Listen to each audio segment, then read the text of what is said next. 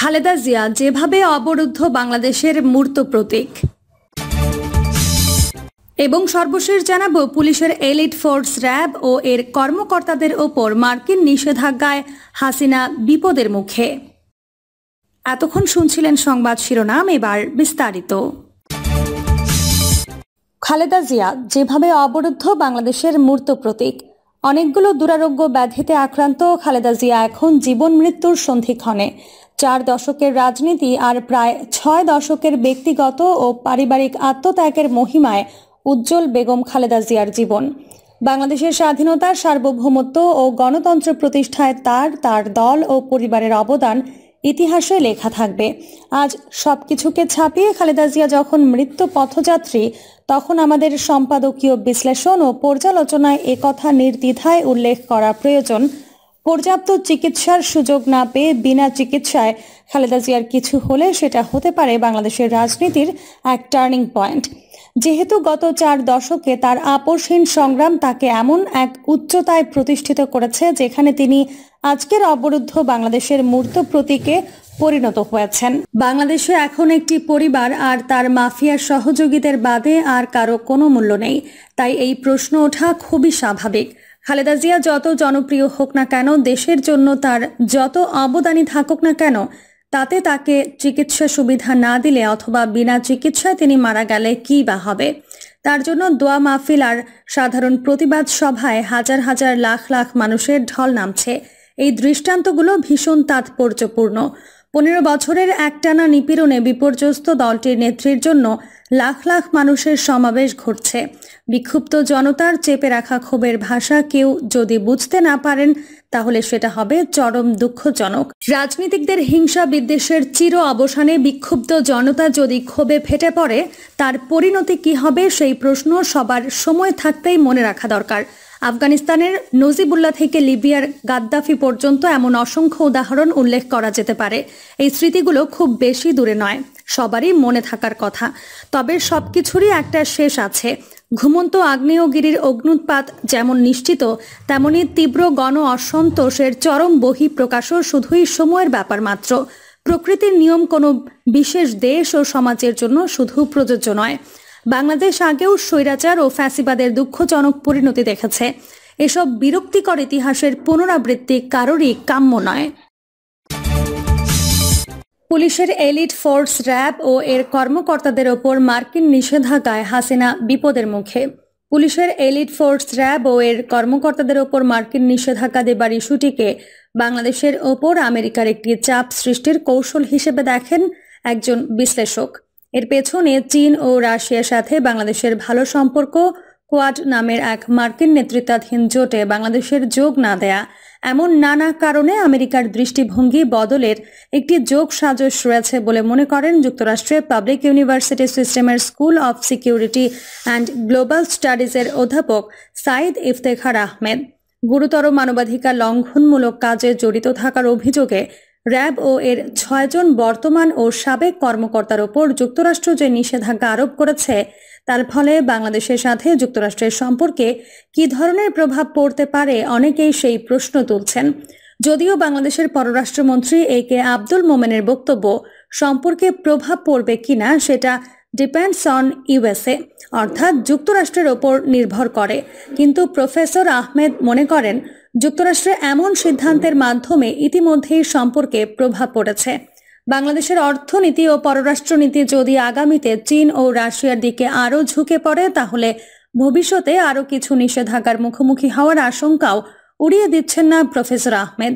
তিনি বলেন, পুরো বিষয়টি নির্ভর করবে আগামীতে বাংলাদেশের অর্থনীতি ও পররাষ্ট্রনীতির কার্যক্রমের ওপর। প্রথম আলোর বরাতে জানা যায়, খুব সম্প্রতি বিচার বহির্ভূত হত্যা আর গুমের অভিযোগে এবার র্যাবের বিরুদ্ধে নিষেধাজ্ঞা দিতে ইউরোপীয় ইউনিয়নের কাছে চিঠি লিখেছেন ইউরোপীয় পার্লামেন্টের সদস্য ইভান স্টেফানেক। কূটনৈতিক সূত্রে জানা গেছে, স্লোভাকিয়ার ইউরোপীয় পার্লামেন্ট সদস্য ইভান স্টেফানেক 20 জানুয়ারি বাংলাদেশ প্রসঙ্গে ইউরোপীয় ইউনিয়নের পররাষ্ট্র ও নিরাপত্তা নীতিমালা বিষয়ক জ্যেষ্ঠ প্রতিনিধি ও ইউরোপীয় কমিশনের ভাইস প্রেসিডেন্ট জোসেফ বোরেলের কাছে একটি চিঠি লেখেন। ওই চিঠিতে তিনি র্যাবের বিরুদ্ধে নিষেধাজ্ঞার প্রসঙ্গটি উল্লেখ করেছেন। র্যাব, বাংলাদেশের সরকার এর অবস্থান এখন প্রধানত আমেরিকা বিরোধী ও রাশিয়াপন্থী।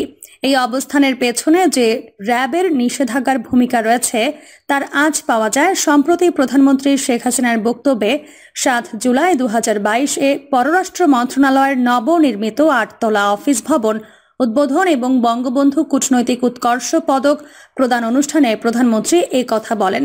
পররাষ্ট্র মন্ত্রণালয়ের নবনির্মিত ভবনের হল রুমে আয়োজিত অনুষ্ঠানে গণভবন থেকে ভিডিও কনফারেন্সে অংশ নেন তিনি।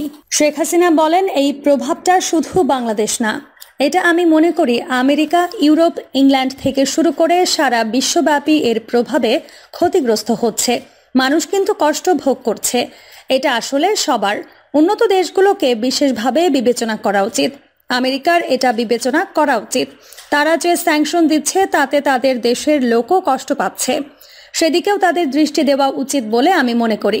রাশিয়া ইউক্রেন যুদ্ধকে কেন্দ্র করে রাশিয়ার ওপর আমেরিকার স্যাংশনের সমালোচনা করে শেখ হাসিনা বলেন, এই স্যাংশন যাদের বিরুদ্ধে দিচ্ছেন তাদেরকে আপনারা ক্ষতিগ্রস্ত করতে চাচ্ছেন, কিন্তু আসলে কতটুকু তারা ক্ষতিগ্রস্ত হচ্ছে তার চেয়ে বেশি ক্ষতিগ্রস্ত সাধারণ মানুষ হচ্ছে সব দেশে। উন্নত দেশ, উন্নয়নশীল দেশ, সব দেশের মানুষই কিন্তু কষ্ট পাচ্ছে। নিম্ন আয়ের দেশ সব দেশেই কিন্তু কষ্ট পাচ্ছে। করোনা মহামারী থেকে কেবল আমরা একটু উদ্ধার হচ্ছিলাম, তখনই আবার এই যুদ্ধ আর স্যাংশন, যেটা সত্যি আমাদের জন্য বিরাট চ্যালেঞ্জ। এই চ্যালেঞ্জও মোকাবেলা করতে হবে। র্যাব সংক্রান্ত ব্যাপারে আপনাদের পর্যবেক্ষণ আমাদের সাথে মিলে যায়। র্যাবকে সরকারি পুলিশের সন্ত্রাসী বাহিনী বলাটা বোধ করি অত্যুক্তি হবে না। বাংলাদেশের র্যাব যে পরিমাণ অপরাধ করেছে, চিহ্নিত অপরাধীরাও ততটুকু করেছে বলে জানা নাই। যে কোনো সন্ত্রাসীর দ্বারা আক্রান্ত হলে মানুষ যেমন আতঙ্কিত হয়, র্যাব এর মুখোমুখি হলেও তাই। এতে বোঝাই যায় বাংলাদেশের সাধারণ মানুষের কাছে র্যাবের অবস্থান কোথায়। কিন্তু র্যাবকে ছাড়া এইসব অবৈধ সরকার অচল, যে কারণে মার্কিন বিরোধিতার সত্ত্বেও র্যাবের পৃষ্ঠপোষকতা জারি রেখেছে। আমি নিজে এদের দ্বারা ভোগান্তির শিকার।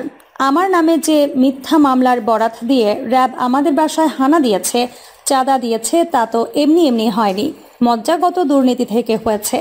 আমার এই মন্তব্যে হয়তো আমি বিপদগ্রস্ত হব আরও, কিন্তু মুখ না খুললে সারা জীবন এইসব অরাজকতা সয়ে যেতে হবে।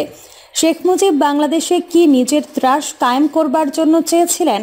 রক্ষী বাহিনী গঠন, বাকশাল, এগুলো কোনো সুস্থ প্রকৃতির মানুষের কাজ হতে পারে?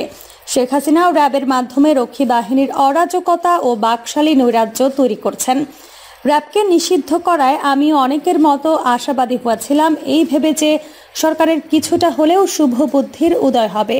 কিন্তু গত কয়েক মাসে সরকার যেভাবে ফেরিস্তি দিয়ে যাচ্ছে র্যাব এর কর্মকাণ্ডকে সমর্থন করে, তাতে সে আশার যে গুড়ে বালি বলাই বাহুল্য। র্যাব এক সময় হয়তো ভালো উদ্দেশ্যই তৈরি করা হয়েছিল, কিন্তু গত এক যুগ ধরে র্যাব এর নেট ইমপ্রেশন খুবই জঘন্য। মানুষ চোর ডাকাতকে যতটা ভয় করে, র্যাবকে তার চেয়ে বেশি ভয় করে। চোর ডাকাত না হয় কিছু একটা নিয়ে যাবে, কিন্তু র্যাবের হাতে পড়া মানে একজন মানুষের নিশ্চিত জীবন তছনছ। আর রাজনৈতিক ব্যাপারে হলে তো কথাই নেই। র্যাব রাজনৈতিক গুম, হত্যা, এক্সট্রা জুডিশিয়াল কিলিংয়ের এক্সপার্ট বাহিনী। সুতরাং আমি অবাক হইনি মার্কিন সরকারের অবস্থানে, কিন্তু আওয়ামী নির্লজ্জতায় ভয়ঙ্কর অবাক হয়েছি ও আহত হয়েছি। তবে তা কোনো নতুন অনুভূতি নয়, এই যা বাঁচোয়া। 2023 সালের নির্বাচন নিয়ে আশাবাদী হতে পারছি না। আবারও সমূহ দুর্নীতি হওয়ার সম্ভাবনা বেশি। শেখ মুজিবের কিছু ভালো গুণ হয়তো ছিল, কিন্তু শেখ হাসিনা যেভাবে র্যাবকে খুন খারাপির জন্য ব্যবহার করছে, তাতে শেখ মুজিব এবং তার রক্ষী বাহিনী এবং শেখ হাসিনা ও তার র্যাবকে ধিক্কার জানানো ছাড়া উপায় নেই কোনো। শেখ পরিবার, বিশেষ করে শেখ মুজিবের বাকশালী নিচুতা বাংলাদেশকে ডুবিয়ে ছাড়বে। আপনাদের সাম্প্রতিক প্রতিবেদনে মন্তব্য আহ্বান দেখে নিজেকে ধরে রাখতে পারলাম না বিষয়বস্তুর সাথে ঘনিষ্ঠ সম্পর্ক থাকার কারণে। আমি বেশ কিছুদিন ধরে যুক্তরাজ্য ও বাংলাদেশে যাতায়াত করছি আমার এক আত্মীয়ের চিকিৎসা সংক্রান্ত কারণে। আমার সর্বশেষ বাংলাদেশ ভ্রমণে আমি র্যাব দ্বারা আক্রান্ত হই। ডাকাত, চোর, বাটপার, সন্ত্রাসীর মুখোমুখি হলে যেমন ত্রাসের সৃষ্টি হয় মানুষের মনে, র্যাবের সামনে পড়ে আমার ঠিক তেমন লেগেছে। একটি এনজিওর সাথে সংশ্লিষ্টতার জের ধরে আমাকে হঠাৎ একদিন এসে জিজ্ঞাসাবাদ, বলা নেই কওয়া নেই, টাকা চেয়ে বসলো। কোনো মতে কিছু টাকা দিয়ে পালিয়ে এসেছি সেখান থেকে। র্যাব সন্ত্রাসীর চেয়েও জঘন্য, এবং এই সরকারের অধীনে এরা ভাড়াটে খুনি ছাড়া কিছুই নয়। ইলিয়াস আলী থেকে শুরু করে অনেক রাজনৈতিক ও ব্যবসায়িক গুম, হত্যা, অপহরণ, অত্যাচার এই সবই এই র্যাবের কারসাজি।